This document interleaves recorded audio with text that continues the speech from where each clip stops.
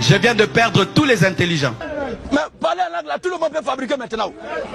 Ritos Torobro, Rebro Shinda Rebro, Rekaya Rebro, Ritos Torobro, Ribro. Papa, je vais parler en langue.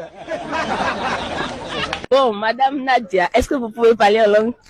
Les branderebo chatayaba, la braco chataraba sheketerebo. Les bachakatele bébé, mazukata la baba shakate, les baba shakate. Shakatalaba katulaba shakate. Vous pouvez parler en langue? Oui, bien sûr. Yeah. Makuyatari bazundari kayataraba. Sister Brissette, est-ce que vous pouvez parler en langue, s'il vous plaît? Rekatayaba Chabrandelebo. Reine, s'il te plaît, est-ce que tu peux parler en langue, s'il te plaît? Rakatalaba makaseketelebros. Hari baba supra kaya suara ya kai. Hari baba. Power de siamaraka. Hari makaya show. Kosh. Hari.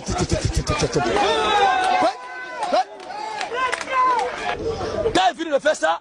Merci Seigneur pour ta grâce. Mais tu viens de dire quoi?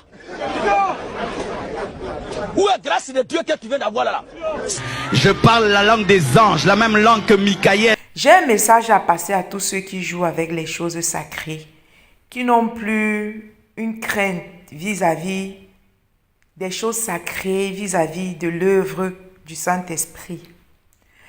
Écoutez, c'est pas parce que vous ne vivez pas l'expérience du parler en langue que c'est forcément faux, que c'est inexistant, que cette œuvre ne vient pas de Dieu. J'espère pour vous que tous ceux qui s'amusent à imiter le parler en langue sans être baptisés de la puissance du Saint-Esprit, j'espère que lorsque vous vous amusez à prononcer ces mots, ces paroles qui s'adressent à Dieu, j'espère que vous n'êtes pas en train de prononcer les mots ou encore les paroles de malédiction sur vos vies ou dans vos vies. Faites très attention. On peut jouer avec tout, sauf avec l'œuvre du Saint-Esprit. D'ailleurs, que Jésus a fermement condamné dans la Bible. Jésus a dit ceci, que tout péché serait pardonné, mais le blasphème contre le Saint-Esprit ne serait pas pardonné.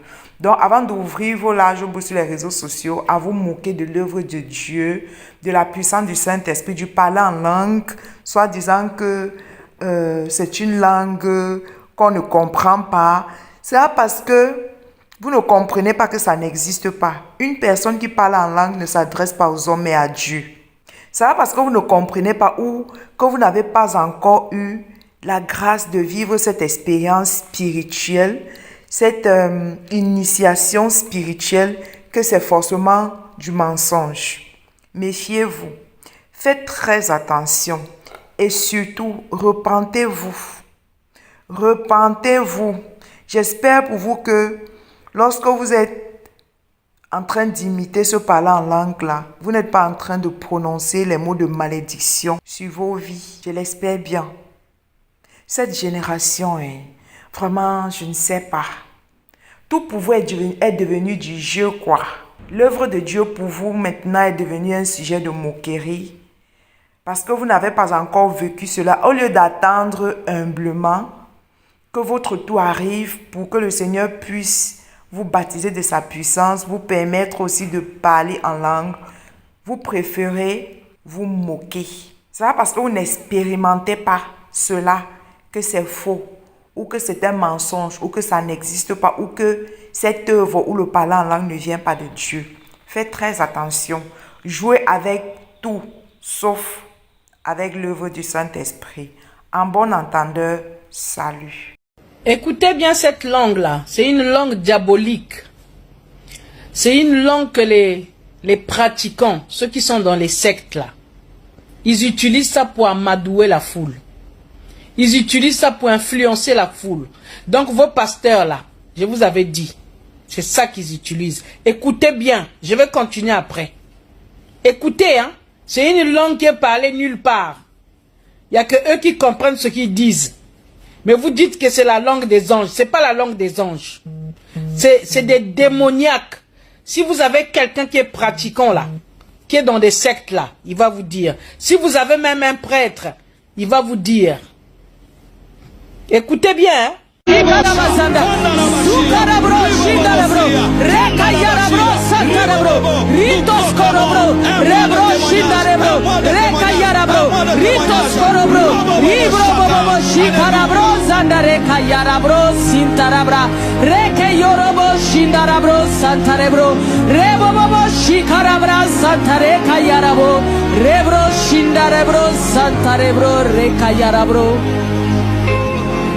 Alors donc, cette langue-là, c'est une langue démoniaque.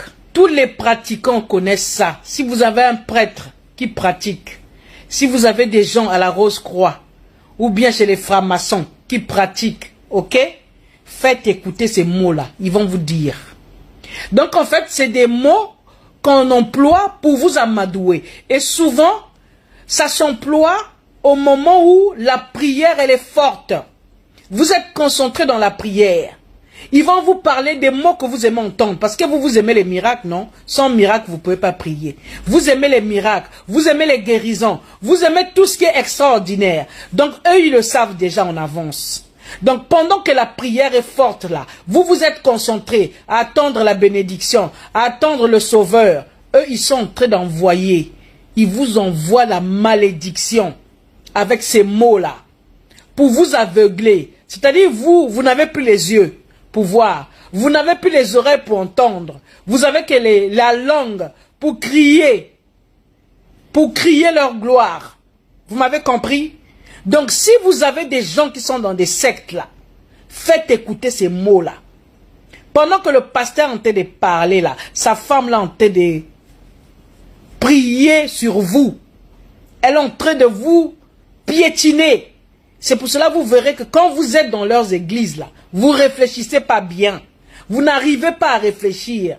Vous n'arrivez pas à utiliser votre mental, votre cerveau. Parce que tellement vous embobinez par ces mots-là, par ces paroles-là. C'est pas la langue des anges. C'est pas la langue des anges. C'est une langue que vous ne comprendrez jamais. Et les mots-là, parce qu'il y a beaucoup de gens qui copient ces mots-là. Mais c'est des mots qui sont très très forts, très puissants. Et ce monsieur-là, avec sa femme, ils sont en train de vous, c'est-à-dire maudire même. Ils sont en train de vous maudire. Mais vous pensez qu'ils sont en train de prier Dieu. Ils vous ont fermé les yeux. Ils vous ont fermé les oreilles. C'est-à-dire que vous ne voyez rien. Vous voyez bleu. Vous ne voyez rien. C'est pourquoi que quand vous êtes dans ces églises-là, vous n'arrivez pas à voir ce qui est mauvais et ce qui est bon. Vous n'arriverez pas. Parce que ils ont vraiment tout manigancé. C'est-à-dire, ils vous ont piétiné. Ils vous ont embobiné. Voilà les termes. Écoutez bien ces mots-là. Hein. Si vous avez des gens, je vous ai dit, dans des sectes là, faites écouter ces paroles-là. Si vous avez des prêtres, les prêtres qui font des incantations là, pour chasser les démons là et tout ça, faites-les écouter ça. Ce sont des paroles diaboliques. Et ces gens-là sont en contact avec Satan. C'est Satan qui règne dans leur vie. C'est Satan qui règne dans leur corps. C'est pas le Saint-Esprit. Waouh! Bravo!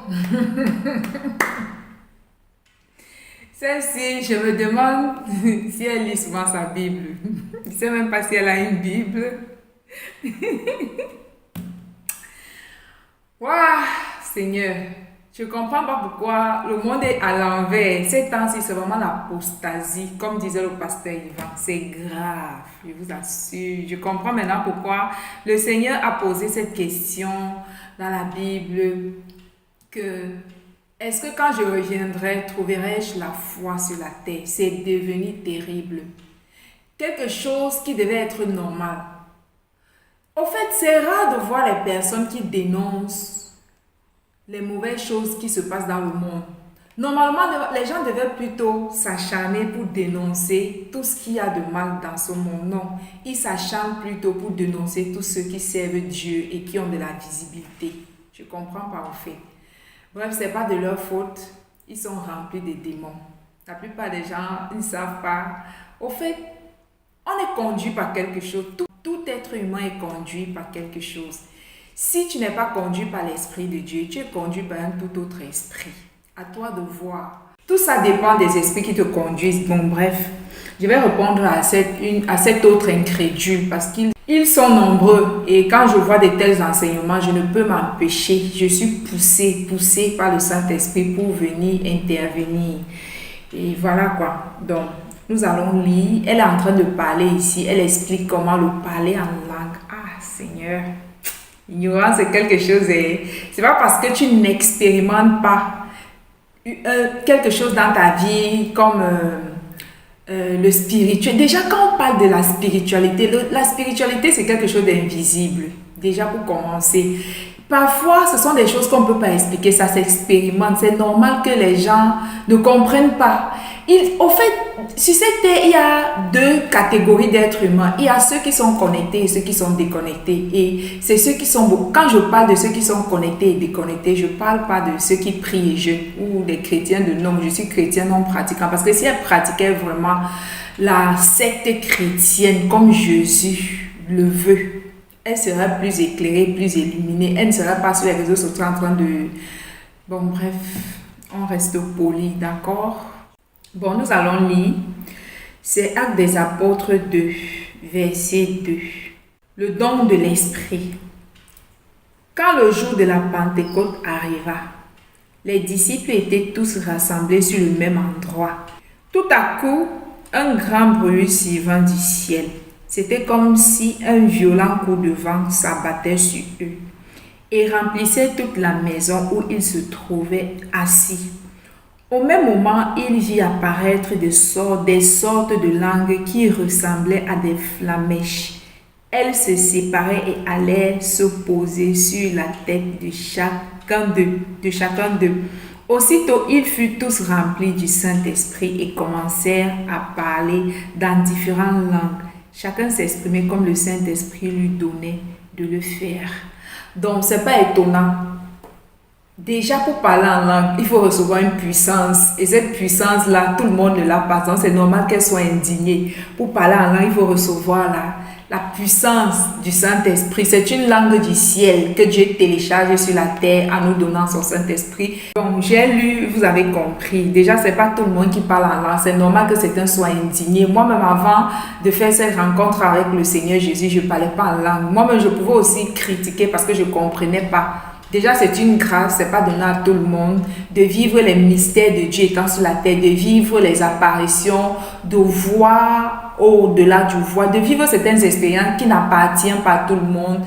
Nous allons continuer la lecture. Donc, le don du Saint-Esprit, c'est un peu comme si lorsque le Seigneur veut nous faire la bienvenue dans son royaume, il nous donne quoi? Le Saint-Esprit. Et quand le Saint-Esprit vient à nous, c'est cette puissance, cette capacité qui est donnée, qui nous a donné à partir du Saint-Esprit.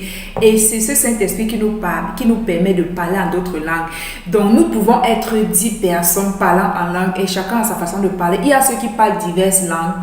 Moi, je chante en langue, j'adore en langue, je prie en langue. Voilà, il y a ceux qui ont juste une seule langue, selon comme l'esprit veut, d'accord? C'est un seul esprit qui donne divers dons à chacun selon comme lui, l'esprit s'en décide. Donc, c'est pas étonnant que vous voyez le pasteur Maslow en train de parler en langue différemment de sa femme. C'est normal. Je viens de lire ça ici. Que chacun parlait en langue en fonction de comment l'esprit leur donnait de parler. Et le parler en langue ne se ressemble pas. Écoutez, tout ce que Dieu fait, Satan imite. C'est pas pour autant que le parler en langue est devenu diabolique et satanique. C'est une langue pour envoûter les gens. Attendez, ne mélangez pas tout. Doucement, les gars. D'accord? Allons-y doucement. Et ce qu'elle est en train de faire là, c'est le blasphème contre le Saint-Esprit. C'est le blasphème. Le Seigneur dit que ce péché, vous pouvez tout commettre. Vous pouvez pécher, vous pouvez tuer des gens, vous pouvez faire tout ce que vous voulez, d'accord? Mais le blasphème contre le Saint-Esprit ne serait pas pardonné. Parce que cette langue-là qu'elle est en train de traiter de démoniaque, alors que c'est donné par le Saint-Esprit, c'est un blasphème contre le Saint-Esprit. Et c'est un péché que le Seigneur ne pardonne pas. Il y a des gens que je ne comprends même pas cette génération. Ils ont peur de tout sauf de Dieu. Ils n'ont même pas pitié de leur propre vie, quoi. Donc c'est avec les choses de Dieu que vous ne comprenez pas, que vous ne voyez pas, vous n'entendez pas, sourd et aveugle que vous êtes, que vous permettez de venir commenter pour perdre le peuple de plus en plus, n'est-ce pas? Franchement, c'est mieux de ne maudire. Quand tu ne comprends pas quelque chose, c'est mieux de passer ta route. Je vous assure. Nous allons continuer la lecture. Acte 11, versets 44 à 48. Le don de l'Esprit Saint aux non-juifs. Alors que Pierre prononçait ces mots, l'Esprit Saint descendit soudain sur tous ceux qui écoutaient la parole. Les croyants juifs qui étaient venus avec Pierre furent très étonnés de voir que l'Esprit Saint était aussi donné et répandu sur les non-juifs. En effet, ils les entendaient parler en différentes langues et célébraient la grandeur de Dieu. Alors Pierre demanda, peut-on refuser de baptiser dans l'eau ceux qui ont reçu l'Esprit Saint aussi bien que nous? Et il donna ordre de les baptiser au nom de Jésus-Christ. J'espère que vous avez compris. Étant donné que cette dame, elle vous dit que le pasteur et sa famille sont en train d'envoûter le peuple, ils sont en train de lancer la malédiction au peuple. Je lis 1 Corinthiens 14, verset 2. Celui qui parle dans une langue inconnue s'adresse à Dieu. Donc quand on parle en langue, on ne s'adresse pas aux hommes. On n'est non plus en train de maudire, on est plutôt en train de s'adresser à Dieu. Je relis. Celui qui parle dans une langue inconnue s'adresse à Dieu et non aux hommes. Personne ne comprend les paroles mystérieuses qu'il prononce sous l'inspiration de l'Esprit. Et le prochain verset, nous allons le lire dans Romains 8, verset 26. Ce verset dit ceci. De même aussi, l'Esprit nous aide dans notre faiblesse, car nous ne savons pas ce qu'il convient de demander dans nos prières. Mais l'Esprit lui-même intercède pour nous. Donc lorsqu'on a le parler en langue, en fait, nous aide à prier parfaitement selon la volonté de Dieu pour nous. Parce que parfois nous ne savons pas ce qu'on doit demander à Dieu. À chaque étape de notre vie ou à chaque période de notre vie, on est conduit à parler en langue parfois. Parce que généralement, on ne sait pas ce que le Seigneur a prévu pour nous. On ne le sait vraiment pas. Donc parfois quand on se met à parler en langue, c'est le Saint-Esprit, sachant ce que Dieu veut nous donner, ce que Dieu veut faire dans notre vie, il prend le contrôle, il intercède pour nous. C'est pour nous faciliter la tâche en fait. Car nous ne savons pas ce qu'il convient de demander dans nos prières, mais l'Esprit lui-même intercède pour nous, pas des soupirs inestimables. Lorsque nous ne savons pas exactement quoi demander ou comment prier, il intercède pour nous auprès de Dieu, exprimant nos besoins et nos désirs de manière parfaite. Donc quand on parle en langue, quelqu'un qui a le don du parler en langue ne parle pas en langue pour maudire. Si le parler en langue vient de Dieu, la personne ne parle pas en langue pour maudire. La personne s'adresse directement à Dieu. Parfois, tu es en train d'adorer, de célébrer la grandeur de Dieu. Parfois, ce sont les requêtes. Parfois, voilà, tu es en train de prier, quoi, tout simplement. Quand nous parlons du parler en langue, nous parlons de quoi? Écoutez-moi, plusieurs personnes se demandent que le parler en langue signifie quoi? Quand on parle en langue, qu'est-ce que ça veut dire? Est-ce que toi-même tu comprends ce que tu dis quand tu parles? Le parler en langue, son but, c'est que ton cerveau ne comprenne pas. C'est un langage entre ton esprit et Dieu directement. Ton cerveau est exclu de la faculté du parler en langue. Je t'explique quelque chose. Quand tu viens me rendre visite et tu arrives, tu ne me demandes rien et tu me vois faire comme ça. Hey. Hey. Est-ce que j'ai parlé? Non. Si j'ai parlé, pour que quelqu'un fasse hey, tu comprends que ça ne va pas avec la personne. Tu comprends que la personne a un problème. Tu comprends que la personne a quelque chose qui ne parle pas. Mais ton cerveau n'a pas compris. Mais ton esprit a compris.